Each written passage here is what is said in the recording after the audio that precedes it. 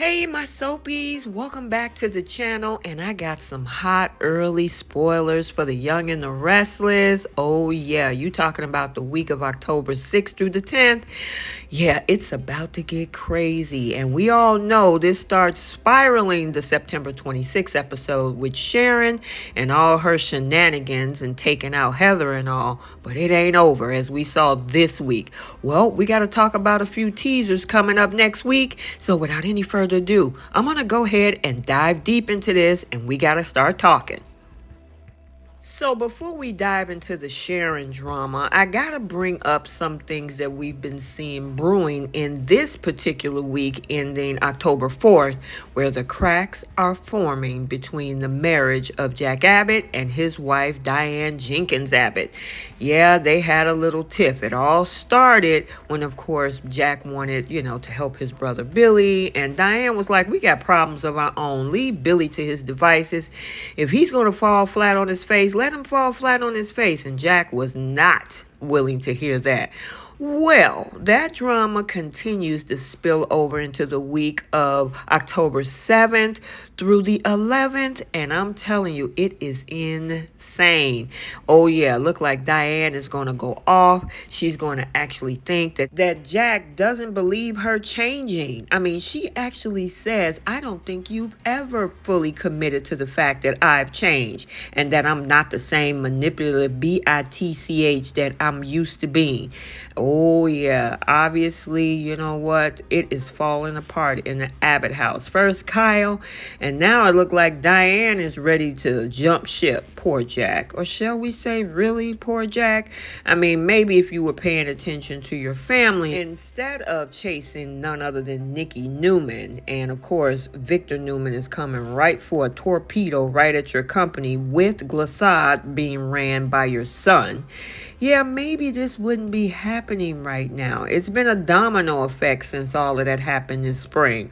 Well, here's the end result. And Jack, as much as you gave up pretty much almost everything to be with her, it looked like chickens may be coming home to roost. And Diane, you don't want a very angry Diane, especially since you made her currently your co-CEO of Jabot. So now let's get into this Sharon business, because I know we thought that she wasn't done, and a lot of us was speculating on the fact that maybe after she took Heather out, that maybe she was actually going to take Daniel out too. And we were like, poor Lucy, what would that mean for her? Well, she's trying to take him out, all right. She's trying to send him to prison. I guess death maybe is a little bit too easy for him. She wants him to suffer with being convicted of Heather's unaliving. And yeah, what does she do? Sharon hides that bloody rags. Remember, we were all asking, what did she do with that bag with the bloody rags and everything? She went back into Daniel's condo with those same bloody rags and hide them in Daniel's liquor cabinet. Yep, she is trying to set him up. And then that brings us to Chance, because if you haven't checked out the October 4th episode, it looked like our boy Chance is headed right back to the police department. And he comes over also next week and said, we found something very surprising about Heather's phone, and also something going on that we found in that apartment. And it looked like Lucy asking, what happened now? Well, Chan says there's one more person to question. So it looks like, she's setting up that whole family. Yikes. I didn't expect this twist. I didn't know what was coming up. We were having a lot of questions about what she did with the rags and everything. So I'm wondering how meticulous and how well planned out Sharon did with this, because we remember the night that everything had happened, Lucy and Daniel were over at the GCAC where, he was picking her up in order to, finish her community service. They went to a movie and came back home. And then, of course, Heather wasn't there, but Sharon had did her dirty work. So, I mean, he have an alibi about that time period. So I'm wondering how this is going to play out. But we got to stay tuned and see what happens next. Okay, so there you have it, my soapies. I got that little hot teaser for you guys for the week of October 7th through the 11th.